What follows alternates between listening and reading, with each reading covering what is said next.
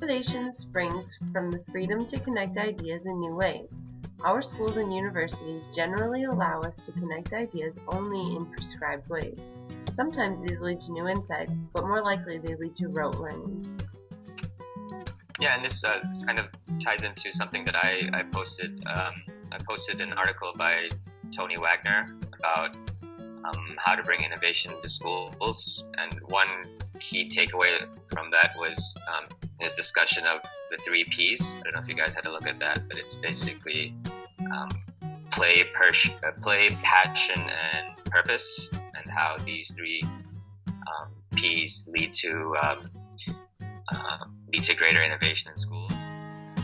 Why is it that when one asks a first grade class which of them can draw, all of them eagerly raise their hands, but ask the same question of a high school class, and only 1 or 2 admit to having artistic skills? What convinced those who decided they could not draw?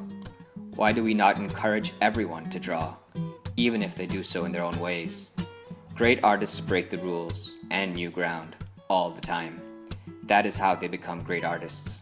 I feel like if we pitch it as a percentage of their day or of even a week, rather than as an hour, that more schools might be more likely to try to implement it, even if they wanted to do, like, say, they did 3 hours on a Friday and just went with that for a 6-hour day kind of type week.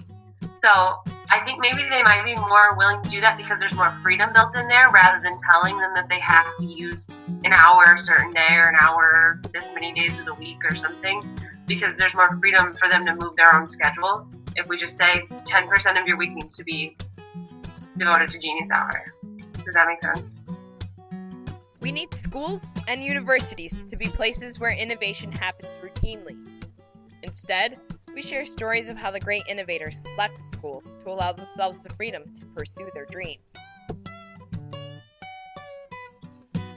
Turning this around is not equivalent to pruning the branches of the education tree.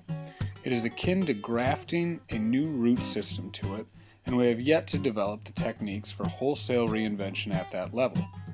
We must innovate to even begin to understand where to start.